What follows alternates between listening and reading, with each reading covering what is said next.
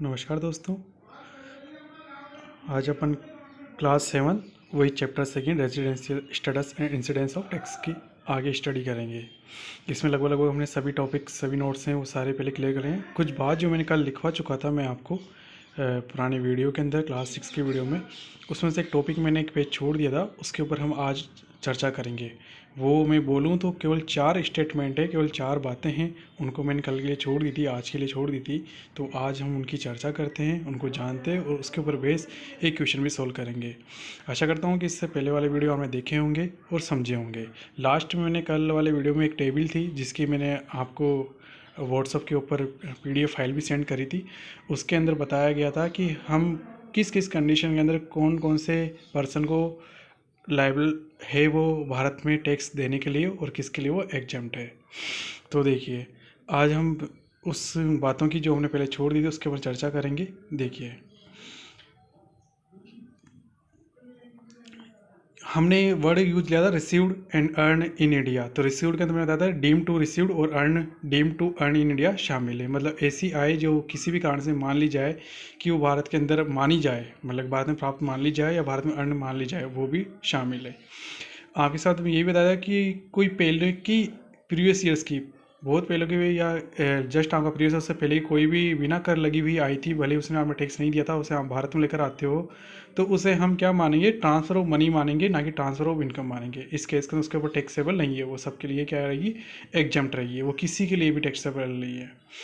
भारत में प्राप्ति से मतलब प्रथम बार प्राप्ति से बताया था, ये नहीं कि यदि मैंने मान लीजिए मेरी लंदन में जॉब है तो मेरे लंदन वाले अकाउंट में ही मुझे सैलरी मिले, और यदि वो लंदन वाले अकाउंट में न मिलकर मेरे को भारत के अकाउंट में ट्रांसफ़र कर दी जाती तो हम मान लिए जाएंगे कि वो भारत के अंदर आई है, फिर वो तीनों ही पर्सन के लिए टैक्सेबल हो जाएगी।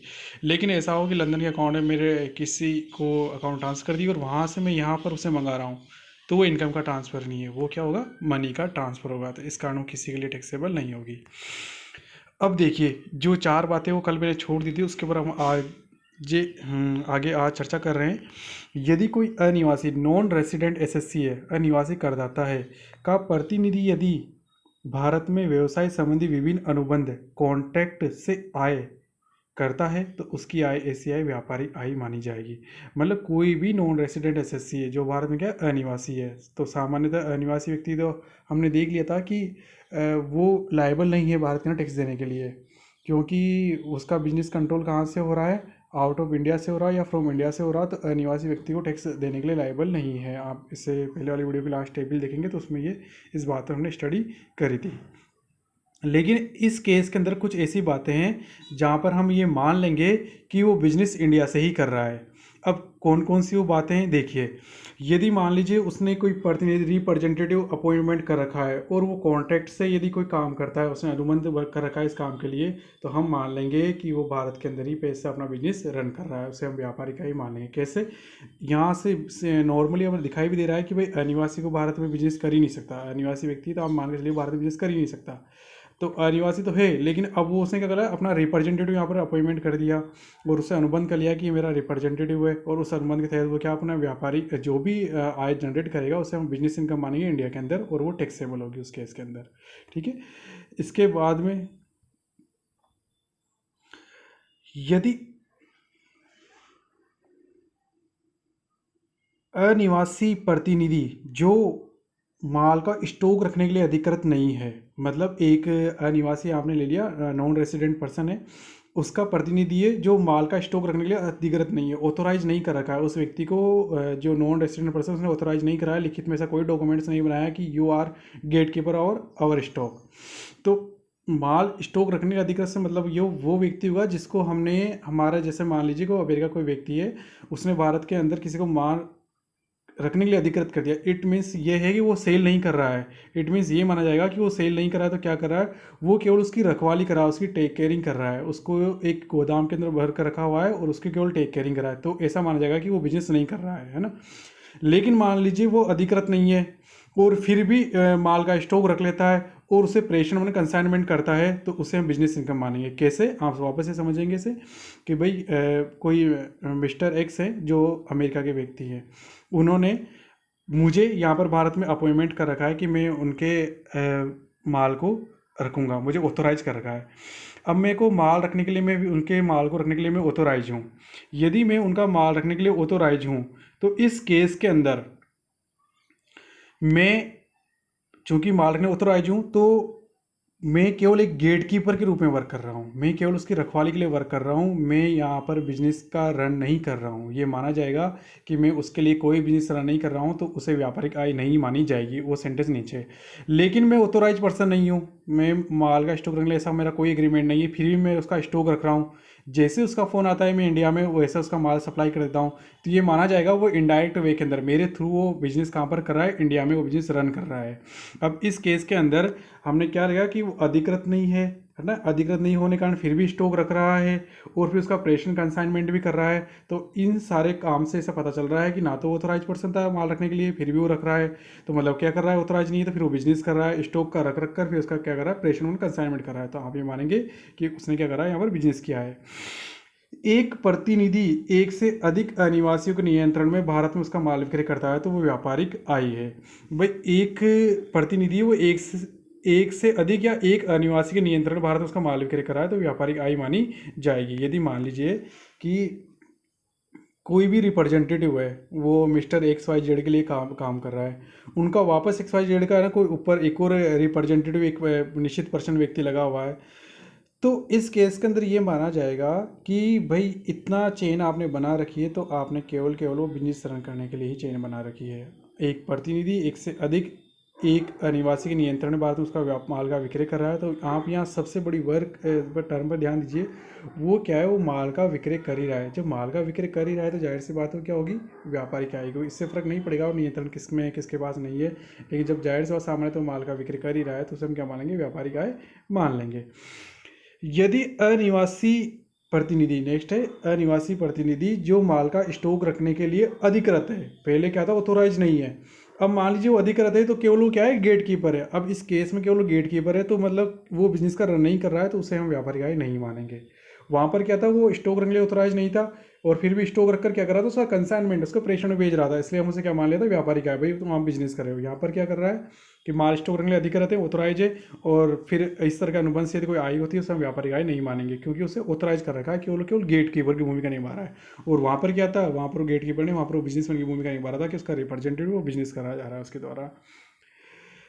एक लास्ट सेंटेंस, सामान्यतः दलाल या अभिकर्ताओं के माध्यम से स्वतंत्र रूप से व्यापार से होने वाली आय व्यापारिक आय नहीं मानी जाती है। सामान्यतः नॉर्मली ऐसा नियम है कि हम बिजनेस एजेंट्स हमने अपॉइंटमेंट कर रखे हैं और ऐसे बिजनेस अपॉइंटमेंट कर रखे हैं बहुत सारे, तो फिर बाद में उसका मतलब यहाँ पर ये सेंटेंस है कि यहाँ पर देखिए मैं बताता हूँ कैसे, कि यहाँ पर अमेरिका का एक्स व्यक्ति है, उसी का वहीं से कोई वाई मान लो, कोई जेड कोई तीसरी कंट्री से मान लो, और तीन व्यक्ति है।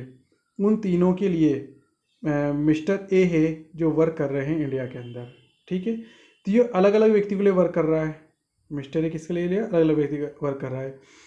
तो यहाँ पर ये व्यक्ति क्या है, फ्री स्वतंत्र रूप से कार्य कर रहा है। वो चाहे तो कभी जरूरी नहीं है एक साथ काम करना, मन करता है कभी वाई कर रहा है कभी जेड कर रहे हैं, कभी हो सकता है ये किसी और का भी कर रहे हैं, ये अल्फा का भी वर्क कर ले या बीटा का भी वर्क कर ले, किसी का भी वर्क कर रहा है।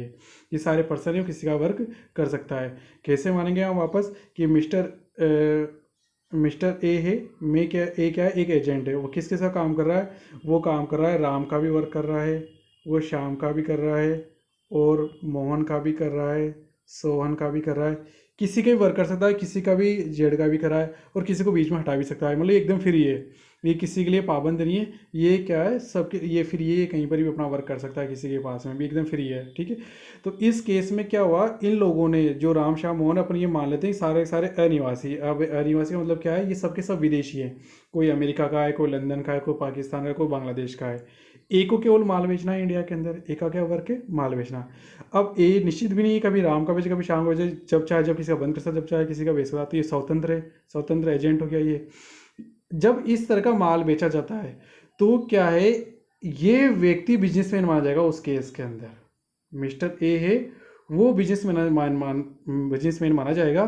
तो राम श्याम मोहन सोहन जेड को यहाँ पर भारत में टैक्स चुकाने की जिम्मेदारी नहीं बनती है। हम नहीं मानेंगे कि ये व्यक्ति क्या कर रहे हैं, ये भारत में कोई बिजनेस कर रहे हैं, क्योंकि ये मानेंगे कि ये व्यक्ति उन्हीं के देश में बिजनेस कर रहे हैं। मिस्टर ए इनका रिप्रेजेंटेटिव बना, रिप्रेजेंटेटिव भी नहीं है, वो केवल एक एजेंट है। तो एजेंट कहीं से भी माल खरीद सकता है, वो स्वतंत्र एजेंट है ना, वो स्वतंत्र एजेंट है, वो कहीं से भी माल खरीद सकता है। तो उसकी इच्छा है कहीं से माल खरीद रहा है। तो यहाँ मेन बिजनेस कौन कर रहा है, ए कर रहा है, तो ए की तो इनकम टैक्सेबल है ही सही। लेकिन यहाँ बात की जा रही है अनिवासी, अनिवासी नॉन रेसिडेंट कौन कौन है, राम, श्याम, मोहन, सोहन, चेड़, इनकी बात करी जा रही है। तो ये सब के सब क्या होगा, ये सब के सब भारत के अंदर इनकी आय टैक्सेबल नहीं है, क्योंकि ये नहीं माना जाएगा कि ये भारत में व्यापार कर रहे हैं। वापस सुनेंगे आप आराम से कि मिस्टर ए अपॉइंटमेंट है भारत में एजेंट के रूप में। ये कभी काम करते हैं राम के लिए, कभी काम करते हैं श्याम के लिए, कभी मोहन के लिए, कभी सोहन के लिए, कभी जेड के लिए, किसी के लिए। ये सब क्या है, ये सब के सब क्या है, ये सब के सब नॉन रेसिडेंट पर्सन है, NR हैं। ये नॉन रेसिडेंट है, मतलब भारत के अंदर निवासी नहीं है। अब इनको आपस में कोई संपर्क नहीं है। अब मिस्टर ए कभी भी किसी का माल बेचने के स्वतंत्र है, कभी भी किसी कितनी कम ज़्यादा क्वांटिटी कर सकता है। तो यहाँ मेनली बिजनेस रन कौन कर रहा है, ए कर रहा है। राम, श्याम, मोहन, जेड जो भी हैं यहाँ पर, ये बिजनेस अपना रन नहीं करवा रहे, ना ही इनका ये रिप्रेजेंटेटिव है, ना ही इनका कोई व्यक्ति है। ऊपर वाले केस में क्या था, इन सब ने अपना अपॉइंटमेंट, अपना एजेंट, अपना खुद का रिप्रेजेंटेटिव अपॉइंटमेंट किया हुआ था, उसको बोलते हैं प्रतिनिधि, हिंदी वर्ड है उसके लिए प्रतिनिधि। यहाँ पर क्या है, ये अभी करता है, वो भी क्या स्वतंत्र है, फ्री है वो, ठीक है ना, वो क्या है स्वतंत्र, फ्री है, दलाल है या अभी करता है एजेंट, उसे इंग्लिश में बोलेंगे, ये फ्री है। तो इस केस के इस दशा में हम पर क्या मानेंगे कि बिजनेस कौन कर रहा है, मिस्टर ए कर रहा है। राम, श्याम, मोहन, जेड तो क्या बस अपने ही देश के अंदर, मतलब जहाँ के भी हैं, चाहिए हिंदू, चाहिए अमेरिका का है, लंदन का है, ये कोई किसी फ्रांस का है, कोई पाकिस्तान से, कोई बांग्लादेश से, कहीं से भी हो सकते हैं ये व्यक्ति, चाहे सबके सभी किसी भारत के अलावा किसी भी एक कंट्री से हो सकते हैं, है ना। तो इस केस में क्या हो रहा है, इनका माल ये खुद आकर नहीं बेच रहे हैं, बल्कि ये तो अपने ही देश में बेच रहे हैं, बल्कि एजेंट इनका माल आकर बेच रहा है। तो इनकम किसकी मानी जाएगी, एजेंट की मानी जाएगी। तो इनके लिए क्या होगा, इनके लिए व्यापारिक आय नहीं मानी जाएगी। तो आपका आंसर होगा कि ये भारत में टैक्सेबल नहीं है। यहाँ पर लिखा हुआ है कि इनकी आय व्यापारिक आय नहीं मानी जाएगी। अब देखिए, अब इसी से मैं थोड़ा सा आगे बढ़ता हूँ। क्या कैसे कि मान लीजिए वही मिस्टर ए है, एजेंट है, मिस्टर ए क्या है, एजेंट है। ये राम का माल बेचते हैं, श्याम का माल बेचते हैं, मोहन का माल बेचते हैं, और एक्स का माल बेच रहे हैं। मान लीजिए बहुत सारे व्यक्ति को माल बेच रहे हैं। इस केस में हमने स्टडी कर ली कि एकदम फ्री के रूप में वर्क कर रहा है। लेकिन मान लीजिए ये सभी भी किसी एक के द्वारा कंट्रोल किए जा रहे हों, मतलब कोई कंपनी है जिसके के ये कर्मचारी हैं, मतलब आप उसका नाम ले लीजिए ABC limited, ABC limited company है। या फिर कोई एक व्यक्ति है, कोई नया व्यक्ति है, उसका नाम मान लीजिए अजय नाम है, क्या नाम है, अजय। तो यहाँ पर क्या हुआ कि राम, श्याम, मोहन, जेड, इनके लिए मिस्टर ए काम कर रहा है। लेकिन ये व्यक्ति क्या कर रहे हैं, ये व्यक्ति वापस संयुक्त रूप से किसी एक व्यक्ति लिए काम कर रहे हैं। जैसे मान लीजिए कोई ABC लिमिटेड, कोई कंपनी, कुछ भी हो सकता है। तो यहाँ पर ये माना जाएगा, यहाँ पर क्या माना जाएगा, यहाँ पर ये माना जाएगा कि ए पर्टिकुलर राम, श्याम जिनके लिए कार्य न कर कर पर्टिकुलर किसके लिए काम कर रहा है, ए लिमिटेड या अजय के लिए वर्क कर रहा है वो। तो मतलब एक निश्चित व्यक्ति के लिए कार्य कर रहा है। तो ये यहाँ एजेंट न होकर ये यहाँ पर क्या बन जाएगा, रिप्रेजेंटेटिव बन जाएगा। इसका मतलब ये माना जाएगा कि ABC लिमिटेड इनको बीच में ही मध्यस्थ बना रही है, वो डायरेक्ट इसके थ्रू ही माल बेच रही है और वो भारत के अंदर ही व्यापार कर रही है। तो इस केस के अंदर वो इनकम क्या होगी, इनकी राम, श्याम, मोहन जो अनिवासी हैं, जो हमारे पास में अनिवासी, यदि इनको बीच में यदि को प्रॉफिट मिलता है तो वो इनकम क्या होगी, टैक्सेबल होगी। वो इनकम क्या होगी, टैक्सेबल होगी। वापस समझेंगे, मैं वापस से बताना चाह रहा हूँ कि ए एजेंट हो गया है आपके पास में, ठीक है। इसके बाद में ये राम के पास में, श्याम के पास में, वो मोहन के पास में वर्क कर रहा है। ये किसी भी कंट्री के हो सकते हैं। ये भी ABC लिमिटेड, ये सब के सब एक ABC लिमिटेड कंपनी, उसके उसके कर्मचारी है।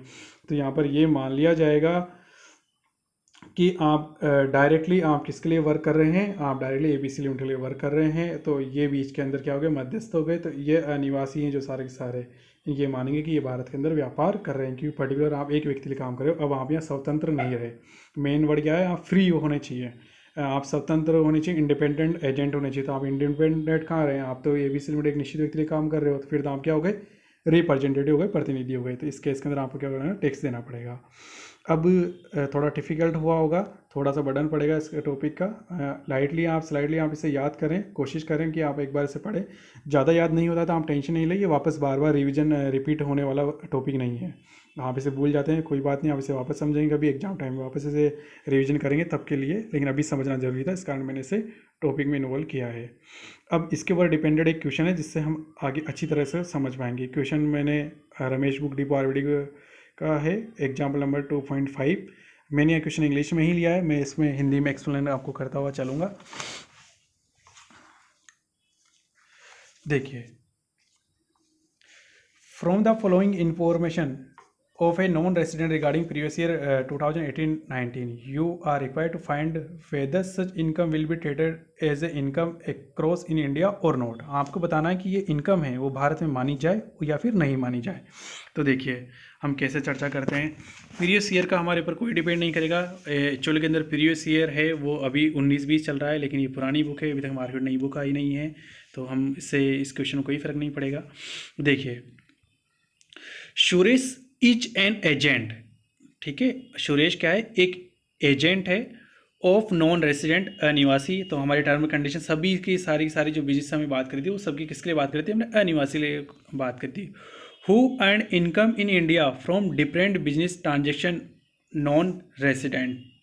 तो एक एजेंट है, नॉन रेसिडेंट के लिए इनकम अर्न कर रहा है इंडिया के अंदर from different business transaction of for non resident. तो आप एक अनिवासी व्यक्ति के लिए व्यापारिक लेन देन कर रहे हो, ठीक है। तो अनिवासी व्यक्ति के लिए आप लेन देन खुद कर रहे हो, मतलब उसके लिए आप सेल कर रहे हो, तो आपको ये माना जाएगा कि आप यहाँ पर उसी का बिजनेस कर रहे हो। तो मतलब उस अनिवासी नॉन रेसिडेंट व्यक्ति को यहाँ पर भारत के अंदर उसकी आय उपार्जित मान ली जाएगी।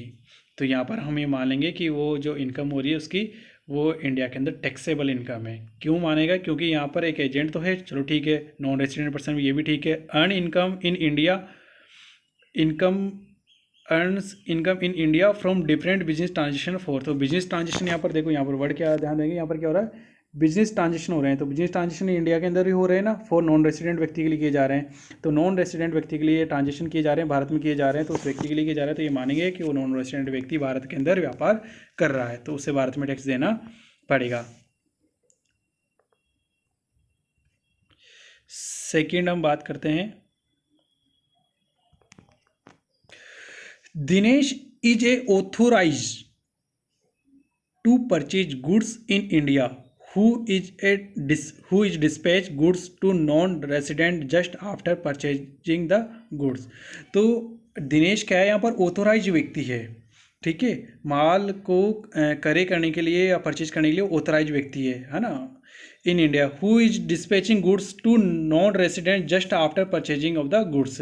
तो वो क्या करता है, जैसे ही उसका माल खरीदेगा और वो उस माल को ना तुरंत उसके लिए कहाँ पर ट्रांसफ़र कर देगा, उसके लिए डिस्पैच कर देगा। तो देखिए यहाँ पर क्या हुआ कि यहाँ पर वो सेल नहीं कर रहा है, यहाँ पर क्या कर रहा है, वर्ड क्या काम में लिया है आपके, यहाँ पर वर्ड काम में लिया है, यहाँ पर डिस्पैच कर रहा है। यहाँ पर देखिए डिस्पैचिंग ऑफ गुड्स, ठीक है, ये ट्रांसफर नहीं करा है गुड्स, यहाँ पर क्या है, बिजनेस ट्रांजेक्शन नहीं करा है, यहाँ पर सेल्स नहीं करा है गुड्स की, ये कह रहा है डिस्पैच करा है, केवल माल को पहुँचा रहा है। एक तरह से ये माल को सेल ना करके केवल पहुँचाया गया है। जैसे मैंने मेरा कोई सामान है आपके घर पर रह गया था, आपके वहाँ से मैंने जहाँ पहुँचाना तो आपने पहुँचा दिया, लेकिन मैं आपको बोल रहा हूँ कि मेरा सामान, मेरी बुक जो आपके पास रखी है उसे आप सेल कर दीजिए किसी और व्यक्ति को, ठीक है। आप वहाँ व्यक्ति को सेल ना करके आप क्या करो कि उसके पास पहुँचा रहे हो, ठीक है। तो इस केस के अंदर आप बिजनेस नहीं मानेगा। पहुँचाना तो मतलब क्या होता है कि आपको किसी और कारण से आप पहुँचा रहे हो, सेल नहीं कर रहे हो आप यहाँ पर, तो ऐसी इनकम को हम भारत में टैक्सेबल नहीं मानेंगे।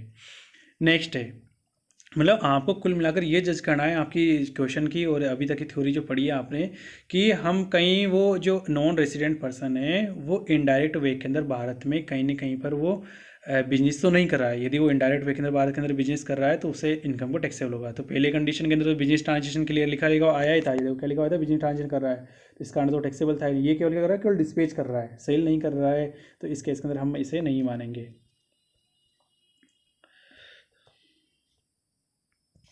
इसके बाद में देखिए, Ramesh is authorize to purchase goods for non resident but generally he keeps stock of it. देखिए रमेश क्या है, ऑथोराइज व्यक्ति है, अधिकृत व्यक्ति है कि वो आपका गुड्स को परचेज कर सकता है, ठीक है साहब, ऑथोराइज व्यक्ति है। बट देखो आगे ध्यान देना, ऑथोराइज है तो मतलब एक तरीके से यहाँ तक आपका सेंटेंस आंसर वो नॉन बिजनेस इनकम है कि वो आपके लिए कोई बिजनेस नहीं कर रहा है, क्योंकि वो केवल एक गेट कीपर का वर्क कर रहा है। ऑथोराइज है परचेज ऑफ गुड्स के लिए, non resident. But generally he keeps of stock, परंतु वो सामान्य तो उस माल का स्टॉक रख लेता है, जानबूझ के बचाकर स्टॉक रख लेता है। क्यों रख लेगा जानबूझ के बचाकर स्टॉक? कोई व्यक्ति क्यों रखना चाहता है स्टॉक? क्योंकि भविष्य के अंदर वो सेल करना चाहता है उसको। एक्सपोर्ट्स देखो आ गया, एक्सपोर्ट कर दिया, सेल्स कर दिया। एक्सपोर्ट्स मतलब बाहर विदेश के अंदर बेचना होता है, एक्सपोर्ट है ना। डिस्पैच नहीं है, डिस्पैच का मतलब केवल एक ट्रांसफर करना होता है, बस केवल माल उठा कर रख दिया आपने एक तरीके से, यहाँ क्या एक्सपोर्ट कर दिया। According the instructions of non resident, उस व्यक्ति के, नॉन रेसिडेंट व्यक्ति, उसके इशारे पर ये सारा काम किया गया है। तो ऐसे केस के अंदर हम इसे भारत में उपार्जित इनकम मानेंगे, क्योंकि हम मानेंगे कि जो नॉन रेसिडेंट व्यक्ति है वो क्या कर रहा है, अपने यहाँ पर बिजनेस कर रहा है। क्यों? हम मान लेते हैं कि वो ऑथोराइज है गुड्स वगैरह परचेज करने के लिए, ठीक ना, उसने कॉन्टेक्ट कर रखा है गुड्स परचेज करने के लिए। तो वहाँ तक तो आंसर नहीं था बिजनेस के लिए, साहब वो बिजनेस नहीं कर रहा है। बट उसने फिर बाकी क्या कर लिया, उसने इसका स्टॉक रख लिया। स्टॉक क्यों रखा है? क्योंकि वो बात के अंदर उसे सेल करना चाहता है, तो उसे सेल कर रहा है या एक्सपोर्ट कर रहा है, कहीं पर भी कुछ भी कर रहा है, तो हम ये मान लेंगे कि वो यहाँ पर क्या कर रहा है, बिजनेस रन कर रहा है अपना।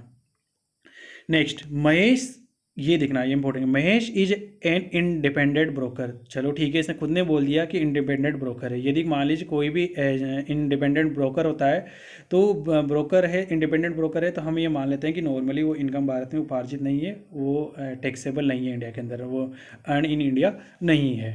ठीक है, अर्निंग इन इंडिया नहीं है। यहाँ तक केवल ये आंसर कहाँ है, Mahesh is an independent broker, यहाँ तक के लिए आंसर है। अब आगे आपको देते हैं, receiving order for sale of goods for different non resident individual. ये भी बिल्कुल सही है। हमने कहा था किसी एक व्यक्ति के लिए आप काम नहीं करोगे, आप किसके लिए, यदि आप एजेंट के रूप में काम कर रहे हो, आप याद कीजिए मैंने लिखा था मिस्टर ए काम करा है राम के लिए, श्याम के लिए, सोहन के लिए, डिफरेंट नॉन रेसिडेंट इंडिविजुअल व्यक्ति के लिए काम कर रहे हो। ठीक है, तो यहाँ तक भी आपका आंसर क्या है कि यहाँ पर वो डिफरेंट जो नॉन रेसिडेंट व्यक्ति को भारत में बिजनेस नहीं कर रहे हैं। याद कीजिए कि भाई आपने, मैंने लिखा था यहाँ पर ए वर्क कर रहा है, किस किस के लिए, राम के लिए, श्याम के लिए, मोहन के लिए, इनके लिए वर्क कर रहे हैं। ठीक है, तो ये व्यक्ति ये ए यहाँ बिजनेसमैन माना जाएगा, ना कि राम श्याम मोहन यहाँ बिजनेसमैन माने जाएंगे। तो हम यहाँ बात कर रहे हैं नॉन रेसिडेंट कौन है, राम श्याम मोहन, हम इनकी बात कर रहे हैं। तो इन व्यक्ति के लिए है, ये व्यक्ति सबके सब फ्री माने जाएंगे कि ये बिजनेस व्यापार भारत में नहीं करें, क्योंकि इनका माल अगर कौन बेच रहा है, ए बेच रहा है, और वो फ्रीली बेच रहा है, मतलब वो बाउंडेड नहीं है, वो चाहे तो किसी को बंद कर सकता है। हो सकता है इनमें से एक को भी परचेजिंग लेना बंद कर दे, किसी और की नहीं, कि व्यक्ति ले ले। तो इन व्यक्तियों का तो कोई इन्वॉल्वमेंट है ही नहीं कि हम इंडिया में जाकर माल बेचें। सही, यहाँ इंडिया में माल बेचने जा रहा कौन है, मिस्टर ए जा रहा है, भाई ए लेने जा रहा है वहाँ से माल भारत में लाने के लिए, यहाँ ए का लाभ जो जुड़ा हुआ है, तो यहाँ ए बिजनेसमैन माना जाएगा, ना कि राम श्याम मोहन। उस कंट्री के लिए तो हैं जहाँ से ये व्यापार कर रहे हैं, जैसे अमेरिका से व्यापार, अमेरिका के लिए तो हैं ये बिजनेसमैन, लेकिन हमारे लिए बिजनेसमैन नहीं माने जाएंगे ये लोग। ठीक है, बट देखिए आगे इस क्वेश्चन में क्या लिखा है, नॉन रेसिडेंट इंडिविजुअल्स आपके पास में यहाँ पर आ गया, तो इसका आंसर यहाँ तक तो हमारा सही था कि हमारे पास में बिजनेस में नहीं है। But all such non residents, जो सारे सारे जो नॉन रेसिडेंट्स है, are control by single resident non resident individual, वो केवल एक व्यक्ति के द्वारा कंट्रोल हो रहे हैं। मतलब ये कि आपने राम श्याम मोहन जिसके लिए आप वर्क कर रहे थे वो किसके द्वारा कंट्रोल हो रहे हैं, केवल एक व्यक्ति के लिए कंट्रोल है। जैसे मैंने बताया था कि एबीसी लिमिटेड से कंट्रोल हो रहे हैं। तो ये क्या माना जाएगा कि एक व्यक्ति के लिए यदि आप कार्य कर रहे हो, तो इस व्यक्ति का इंटेंशन है कि भारत के अंदर माल बिके, इस व्यक्ति का ऐसा इंटेंशन है तो भारत में माल बिके, तो मतलब ये भारत के अंदर व्यापार कर रहा है। तो इस केस के अंदर ये इनकम क्या हो जाएगी, आपकी पूरी पूरी इनकम आपकी टैक्सेबल हो जाएगी। इनकम क्या हो जाएगी आपकी पूरी पूरी भारत में टैक्सेबल। आगे देखिए, प्रकाश इज एन इंडिपेंडेंट ब्रोकर, वापस वही लैंग्वेज है, who deals in business transaction for many person for commission. तो वो यहाँ पर भी आ गया कि वो एक व्यक्ति काम ना करके बहुत सारे व्यक्तियों के लिए कार्य करता है कमीशन के बेस के ऊपर। ठीक है, काम। In previous year he was engage business transaction for a non resident who earn 4000 out of it. ठीक है, तो उसने वो ऐसे बिजनेस ट्रांजेक्शन के अंदर भी रहा जहाँ पर एक नॉन रेसिडेंट व्यक्ति है, उसने 4000 रुपये कमाए। तो उस व्यक्ति ने 4000 रुपये कमाए, ठीक है, वो 4000 4,20,000 कितने भी कमा सकता है। लेकिन बात यहाँ पर क्या है, वो इतनी जाहिर सी बात है, कमाएंगे से, तो कमाने के लिए तो बैठे हुए हैं। मतलब यहाँ पर वही और वापस बात कीजिए, जैसे कि मिस्टर ए है तो उसने राम श्याम मोहन के लिए वर्क करा है, तो राम श्याम मोहन तो कमाने के लिए बैठे हुए, इससे हमें फ़र्क नहीं पड़ता है। फ़र्क ये पड़ता है कि ये यहाँ फ्रीली वर्क कर रहा है या नहीं कर रहा। मतलब ए यहाँ माल लेने जा रहा है, राम से माल ले रहा है, श्याम से माल ले रहा है, मोहन से माल ले रहा है, ये किसी एक से कंट्रोल नहीं हो रहे हैं, किसी एक से कंट्रोल नहीं होने वाली कंडीशन यहाँ पर एप्लीकेबल नहीं हो रही है, ये सबके सब फ्री हैं, सबके सब फ्री हैं, तो कभी ये ए चाहे तो इसका माल ले, चाहे श्याम का माल ले, चाहे मोहन का माल ले, तब इनमें ये जाहिर सी बात है वो व्यक्ति तो प्रॉफिट कमाएंगे सही अपना, तो वो व्यक्ति प्रॉफिट कमाएंगे तो उनकी कंट्री में टैक्सेबल है जहाँ से भी वो काम व्यापार कर रहे हैं, चाहे वो अमेरिका से कर रहे हैं, चाहे वो फ्रांस से कर रहे हैं, कहीं से भी हो। यहाँ पर ए बिजनेसमैन कहलाएगा तो भारत के अंदर इन तीनों की इनकम, चाहे वो 4,000 कमाए चाहे 10,000 कमाए, आप इस बिजनेस ट्रांजेक्शन वर्ड से उस 4,000 से कन्फ्यूज मत हो जाना है कि भारत में टैक्सेबल है, कि उसका आंसर होगा आपके लिए भारत में नॉन टैक्सेबल मानी जाएगी वो इनकम। क्या मानी जाएगी? भारत में नॉन टैक्सेबल। इसका आंसर नीचे लिखा हुआ है, इसकी पीडीएफ फाइल है, मैं अभी इसके साथ में इनक्लोज कर दूंगा, आप और इसमें स्टडी कर सकते हैं। ठीक है, मैंने इससे अच्छा समझाया, यदि आप मेरे वीडियो को समझना चाहेंगे तो आपको बहुत इजी गोइंग बहुत जल्दी समझ में आएगा, नहीं तो आप कितनी बुक्स लेंथी बुक्स पढ़ लीजिए, आपको जल्दी से इतना इजी गोइंग समझ में नहीं आएगा जितना मैंने इजी से कर दिया है। तो आप मेरे वीडियो को थोड़ा ध्यान से सुने, समझ में नहीं आता है तो उसे आप रिपीट करें। अब अपन कल अपने एक क्वेश्चन एक्सरसाइज किया था, सेम क्वेश्चन आज वापस अपन एक्सरसाइज करेंगे। ठीक है, सेम क्वेश्चन वापस एक्सरसाइज करेंगे। मैं आपको याद दिला दूं, कल वाली पीडीएफ में या वीडियो लास्ट के अंदर हमने एक वो जोड़ी थी, एक टेबल जोड़ी थी, उसके अंदर हमने 3 कॉलम बनाए थे, ऑर्डिनरी, रेसिडेंट, नॉन ऑर्डिनरी और नॉन रेसिडेंट। मैंने बताया था ऑर्डिनरी रेसिडेंट ऐसा व्यक्ति जो 100% भारतीय है, जिसे हर जगह टैक्स देना ही देना पड़ेगा। नॉन रेसिडेंट आप मान लीजिए कि आधा भारतीय है, यदि मान लीजिए बिजनेस कंट्रोल भारत से हो रहा है तो टैक्स देना पड़ेगा, लेकिन यदि बिजनेस कंट्रोल भारत से नहीं हो रहा है तो टैक्स नहीं देगा। और यदि मान लीजिए आउट ऑफ इंडिया के अंदर ही पैसा कमाया जा रहा है और बिजनेस का कंट्रोल भी इंडिया से नहीं हो रहा है, तो भी पहले व्यक्ति को टैक्स देना पड़ेगा, दूसरे और तीसरे मतलब नॉन रेसिडेंट, नॉन ऑर्डिनरी और नॉन रेसिडेंट व्यक्ति को पैसा नहीं देना पड़ेगा। शायद आपको समझ नहीं आ रहा होगा, लेकिन आप इसके लिए मेरे पुराने वाला वीडियो देखें और व्हाट्सएप ग्रुप पे शेयर किया हुआ जो मेरा पीडीएफ फाइल है उसको खोल कर देखें, तो उसके लास्ट में एक टेबल बनी हुई छोटी सी, जिसके बेस पर मैंने कल क्वेश्चन किया था। सेम वही क्वेश्चन हम आज करेंगे। ठीक है, देखिए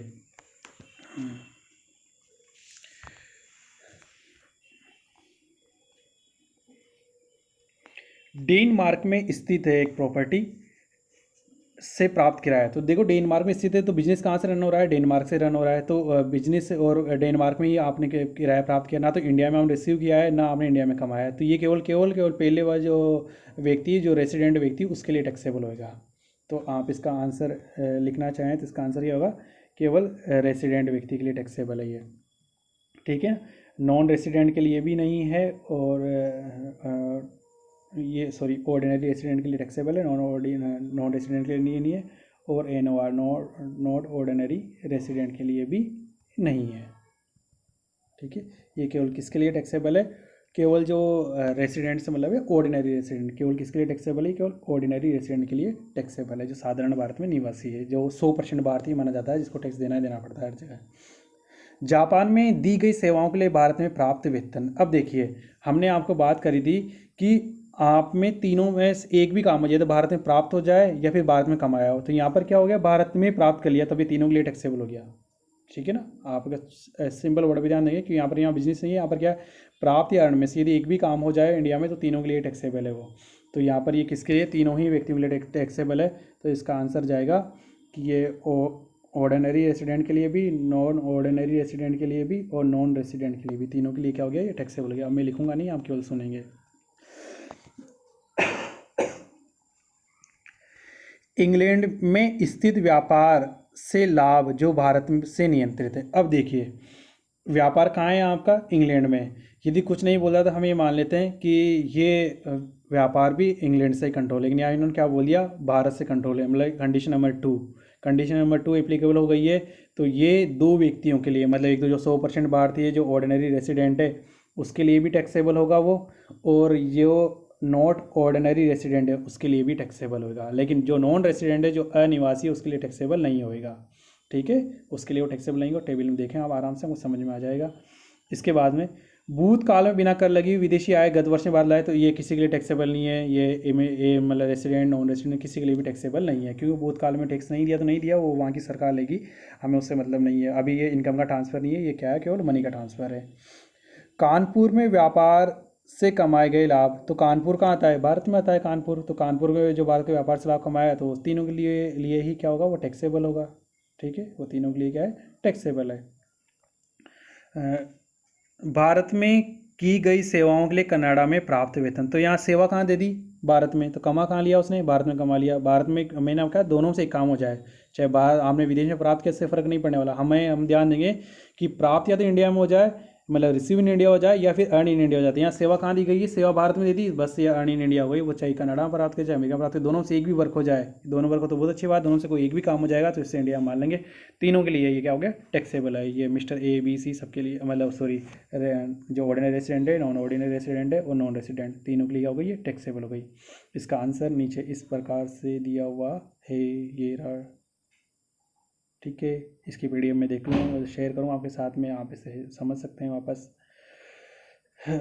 इसके बाद में नेक्स्ट एग्जांपल, इंग्लैंड में मकान संपत्ति से आए 2 लाख रुपए, जिसे इंग्लैंड के एक बैंक में जमा करा दिया गया। इसमें से 80,000 रुपये भारत लाए गए। तो देखो आखिरी जो वाला जो सेंटेंस है वो हमारे लिए मीनिंगलेस है। 80,000 रुपये हमने ट्रांसफ़र करें, तो 80,000 रुपये ट्रांसफ़र करें तो इससे हम क्या करेंगे, 80,000 रुपये ट्रांसफ़र हो गए तो वो केवल मनी का ट्रांसफ़र है, क्योंकि वो पहली बार वो जमा होना चाहिए। तो पहली बार तो कहाँ जमा हो गई, वो पहली बार इनकम कहाँ जमा हो गई उनकी, इंग्लैंड के खाते में जमा हो गई। यदि मान लीजिए वो ये बोलते कि 2 लाख जो आपने बिजनेस किया है, 2 लाख का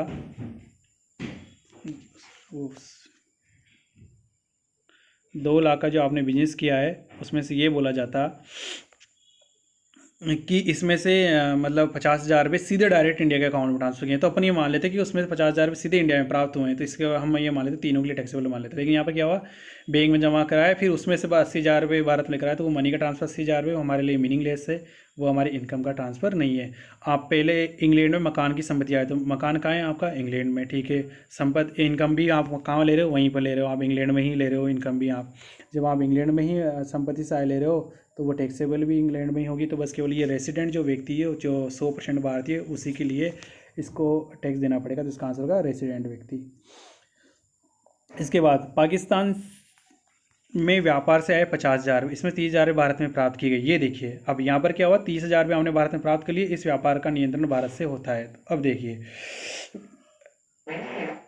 यदि पाकिस्तान में व्यापार से आई है 50,000 रुपये, तो पहले तो केवल इस पर ध्यान दीजिए, 50,000 रुपये केवल इतना ही से क्वेश्चन होता है कि पाकिस्तान में व्यापार है वहीं से संचालित है, ये तो केवल 50,000 रुपये केवल एक व्यक्ति के लिए टैक्सेबल होते हैं। वो 50,000 रुपये किस व्यक्ति के लिए टैक्सेबल होते हैं, वो भारत में रेसिडेंट व्यक्ति के लिए टैक्सेबल होते हैं, और किसी के लिए टैक्सेबल नहीं होते, ठीक है। अब इसमें से 30,000 रुपये भारत में प्राप्त किए गए हैं, ठीक है। लेकिन अब इसमें से क्या बोला कि 30,000 रुपये तो हमने भारत के अंदर ही प्राप्त करे हैं साहब, ठीक है। तो ये अगले जो 30,000 रुपये है, चूंकि ये भारत में प्राप्त कर लिए गए हैं, तो भारत में अर्न हो जाए या प्राप्त हो जाए, दोनों से एक भी काम होने पर वो तीनों के लिए टैक्सेबल होते हैं। तो ये 50,000 का आंसर आएगा आपके लिए केवल किस व्यक्ति के लिए, रेसिडेंट व्यक्ति के लिए।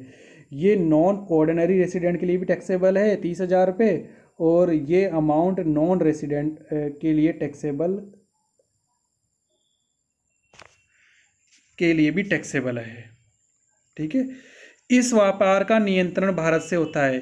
इस बात का हमारे लिए मीनिंगलेस हो गई है, क्योंकि यदि मान लीजिए क्यों मीनिंगलेस हो गई, क्योंकि इससे बड़ी बात यहाँ इन्होंने पहले दे दी कि हमें रिसीव इन इंडिया या अर्न इन इंडिया हो चुका है। इस बात पर हमें गौर करने की जरूरत ही नहीं पड़ेगी। इस व्यापार, यदि इस लाइन का आंसर देते हैं, इस व्यापार का नियंत्रण भारत से होता है, इस व्यापार का नियंत्रण भारत से नहीं, सॉरी मीनिंग यूजलेस नहीं है, मीनिंगफुल है। देखिए इस व्यापार का नियंत्रण भारत से होता है। तो जब इस प्रकार के व्यापार का नियंत्रण भारत से होता है, तो ये व्यक्ति जो सेकंड व्यक्ति है, नॉन ऑर्डिनरी रेसिडेंट है, उसके लिए ऐसी इनकम टैक्सेबल होती है। तो उसके लिए हमने ऑलरेडी 50 में 30 तो टैक्सेबल कर ही दी, प्लस इसी व्यक्ति के लिए हम 20,000 रुपये अमाउंट और टैक्सेबल कर देंगे। मतलब इसके लिए भी पूरी अमाउंट कितनी टैक्सेबल हो जाएगी, 50,000। मतलब यहाँ पर आप इनकम को 2 टुकड़ों में भी डिवाइड कर सकते हैं, जैसे कि आंसर में दिया गया है। किस इनकम को हम क्या टुकड़ों में डिवाइड कर लें, इसको 50,000 को हम 2 टुकड़ों में डिवाइड कर लेते हैं। कैसे, मैं उसको समझाता हूँ आपको। कि आप 50,000 को हमने 2 टुकड़ों में डिवाइड कर लिया, एक तो हो गया 30,000 और एक कितनी हो गई 20,000, ठीक है। आपके लिए कॉलम बना देता हूँ मैं यहाँ पर। ये हो गया ऑर्डिनरी रेसिडेंट, ये नॉट ऑर्डिनरी रेसिडेंट, और ये नॉन रेसिडेंट।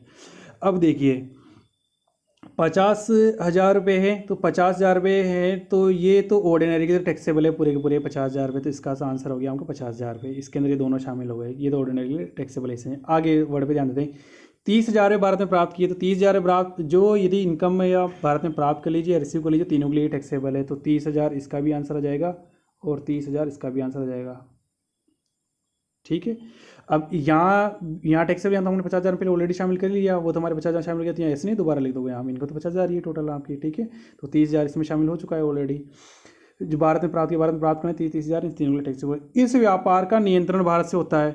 अब जब इस तरह के व्यापार का नियंत्रण भारत से होता है तो उसके लिए नॉन रेसिडेंट लिए पूरी इनकम टैक्सेबल होगी। पूरी इनकम से मतलब पूरे 50,000 टैक्सेबल होगी, मतलब इसमें 20,000 आप और ऐड कर दीजिए, वो भी टैक्सेबल हो जाएंगे। मतलब इन दोनों व्यक्तियों के लिए तो 50,000 टैक्सेबल है, और इसके लिए केवल कितना टैक्सेबल है, केवल 30,000। ये समझ नहीं आया तो वापस इसको थोड़ा पीछे ब्रेक लेकर आप आराम से समझे, इतना डिफिकल्ट भी नहीं है। राजस्थान में मकान संपत्ति के विक्रय से 60,000 रुपये आई हुई है आपकी। तो आपने राजस्थान में एक हाउस है वो सेल करते हैं, तो इंडिया के अंदर ही प्रॉपर्टी इन्वेस्ट, इसका राशि का आधा भाग कोई फ़र्क नहीं पड़ता, हम आगे बढ़ेंगे नहीं, हमारा अर्न हो गया है। कनाडा में प्राप्त करो, लंदन में प्राप्त करो, में क्या मतलब है, या तो रिसीव इन इंडिया हो जाए, अर्न इन इंडिया हो जाए, तो तीनों ही इनकम क्या हुई, तीनों ही व्यक्ति के लिए टैक्सेबल है। नेक्स्ट, एक मित्र से विदेशी मुद्रा में 40,000 का मोबाइल सेट उपहार में मिला जो भारत में प्राप्त किया गया है। तो ये उपहार है, तो उपहार ये यहाँ पर नहीं आएगा। उपहार मतलब निजी कारणों से दिया गया है, तो उसे तो हम यहाँ नहीं मानेंगे, ठीक है। उपहार है वो, मतलब आपके लिए इनकम का पार्ट नहीं मानेंगे, वो गिफ्ट है। गिफ्ट एक लिमिट है कि 50,000 तक तो वो एग्जम्प्ट होते हैं, तो इसलिए वो यहाँ पर नहीं आएंगे। भारत सरकार से रॉयल्टी प्राप्त हुई 48,000 रुपये। तो भारत सरकार से रॉयल्टी प्राप्त हुई, तो भारत के अंदर ही इनकम अर्न कर रहा है 48,000। तो 48,000 तीनों के ही व्यक्तियों के लिए क्या होगा, टैक्सेबल होगा, तीनों के लिए, ठीक है। Resident, non resident, ordinary resident, सबके लिए क्या होगा, टैक्सेबल होगा वो। श्री मनीष अग्रवाल जो कि एक अनिवासी, अब देखिए ये क्या है, अनिवासी नॉन रेजिडेंट व्यक्ति है, भारत में संचालित व्यापार के लिए ऋण पर ब्याज प्राप्त किया है। तो भारत में अनिवासी है, तो आप भारत में मतलब ये अनिवासी व्यक्ति को नॉर्मली भारत के अंदर टैक्स नहीं देना पड़ता है, ठीक है।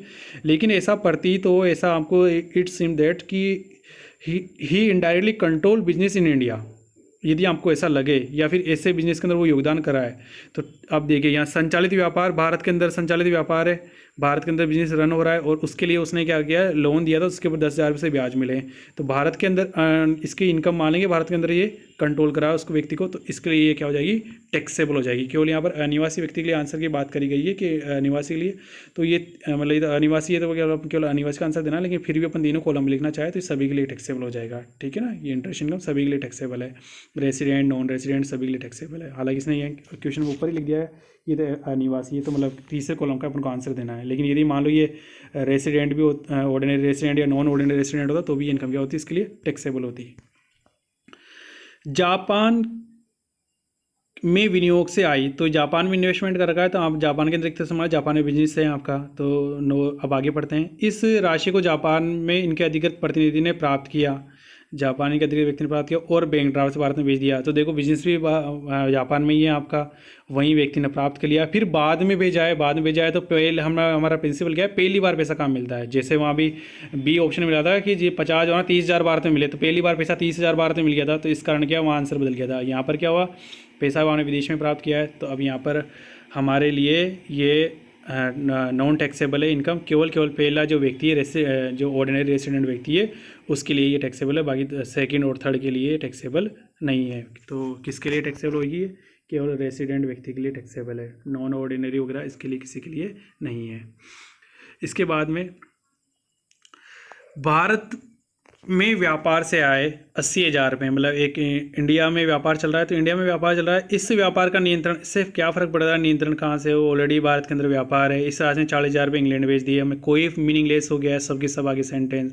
पहला जो वर्ड है वही आ गया कि बिजनेस कहाँ पर हो रहा है, नियंत्रण हमें कहीं से भी हो, हमें उससे क्या मतलब है, लेकिन नियंत्रण में तो हम बाद में फोकस करेंगे जब आउट ऑफ इंडिया के अंदर कोई बिजनेस चल रहा हो। जो इनकम ही जो बिजनेस ही इंडिया में चल रहा है, जो अर्न ही इंडिया के अंदर हो रहा है, तब तो वो प्रिंसिपल हम काम ही नहीं करेंगे। तो यहाँ पर तो काम क्या करें कि अर्न इन इंडिया हो गया, ये अर्न इंडिया हो गया, तो 80,000 रुपये सभी के लिए टैक्सेबल है, तीनों ही पर्सन के लिए टैक्सेबल है।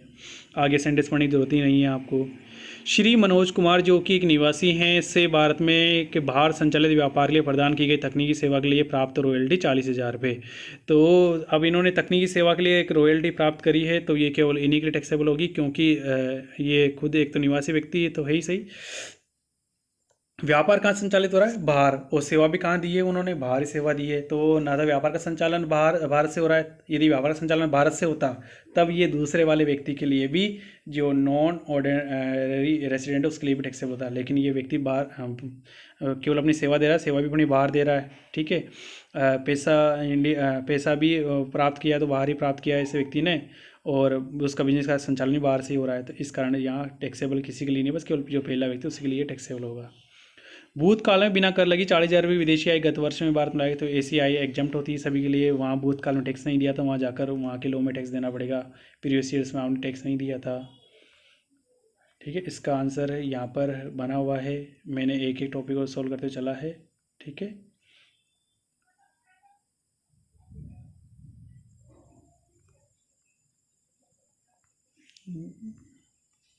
ये इसका आंसर है। ठीक है दोस्तों, बाकी हम कल नया चैप्टर स्टार्ट करेंगे इनकम फ्रॉम सैलरी हेड के अंदर। तो आशा करता हूँ कि आपको ये वीडियो समझ में आएगा, काफ़ी हेल्पफुल रहेगा आपके लिए। आप अधिक से अधिक मेरे चैनल को सब्सक्राइब करें, इस वीडियो को शेयर करें, इसके साथ में पीडीएफ भेजूंगा जिसे आप डाउनलोड करें। मैंने आपकी बुक्स के लिए मालूम किया है कि अभी तक बुक्स बन रही है, नया जो कोर्स है वो आपका छप रहा है, तो अभी तक तो प्रिंट नहीं हो रहा है। उन्होंने राखी तक के लिए बोला है, मैंने आज ही बात करी है, तो हम ये मान के चलिए संभव तो चलिए 5 अगस्त तक आपकी भरतपुर में बुक्स आ जानी चाहिए। 5 या 10 अगस्त तक आपकी बुक्स आ जाएगी, तब आप बुक्स नई वाली बुक्स परचेज करें। इनकम टैक्स की RBD Ramesh book depot publication Shah, जिसके राइटर है शर्मा शाह मंगल, ये बुक आप परचेज करेंगे। इसके ही एग्जाम्पल अपन सोल्व करेंगे इस तरीके से ही, और बाकी मैं कुछ एग्जाम्पल सोल्व कराऊंगा, बाकी आप खुद ही सोल्व करेंगे। यदि आपको प्रॉब्लम आती है तो आप उसकी इमेज कैप्चर करके जो टॉपिक में जो प्रॉब्लम आ रही है, आपके अकॉर्डिंग आंसर क्या होना चाहिए और क्या आ रहा है, वो आप मेरे को मेरे पर्सनल नंबर पर व्हाट्सअप कर सकते हैं। मैं सभी व्हाट्सअप क्वेश्चन की और इसका रिप्लाई किया करूँगा। Thank you.